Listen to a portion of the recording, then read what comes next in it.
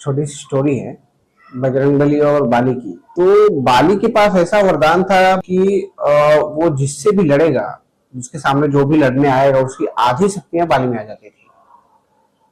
तो बाली लगभग सब देवताओं से जीत चुका था, लगभग किसी से हारा नहीं था। और उसमें काफी शक्ति थी, ऊपर से जो लड़ने आता था उसकी भी शक्ति आ जाती थी। तो बजरंगबली के पास गया, बोला बजरंगबली से लड़ा जाए।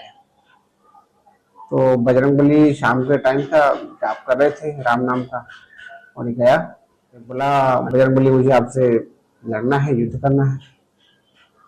बजरंगबली बोले क्यों? बोला नहीं, बस लड़ना है। तो बोले ठीक है, कब लड़ना है? तो बाली बोला कल सुबह लड़ेंगे सूर्योदय पे। बजरंगबली बोले ठीक है, आप जाओ, मैं आ जाऊंगा। बाली जैसे ही ये बोल के निकला, वैसे ही वहां पे ब्रह्मदेव आए। और ब्रह्मदेव हाथ जोड़ के बोले प्रभु, मैंने इसको वरदान दिया है कि जिससे भी लड़ेगा उसकी आधी शक्ति इसमें आ जाएगी। तो बजरंगबली बोले ठीक है, कोई बात नहीं है, क्या दिक्कत है?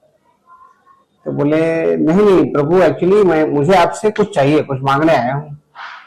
बोले मांगो। तो ब्रह्मदेव बोले कि आपकी 90% शक्तियां मुझे चाहिए कल युद्ध तक, मतलब कल जब तक युद्ध खत्म नहीं होता था, आपकी 90% शक्ति मेरे पास रहेगी। बजरंगबली ने अपनी 90% शक्तियां दे दी ब्रह्मदेव को। बजरंगबली बोले ठीक है, ले जाओ। ब्रह्मदेव लेके चले गए।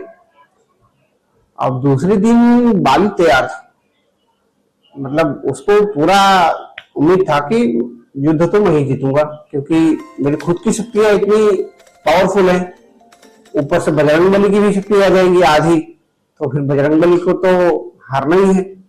बहुत कुछ था।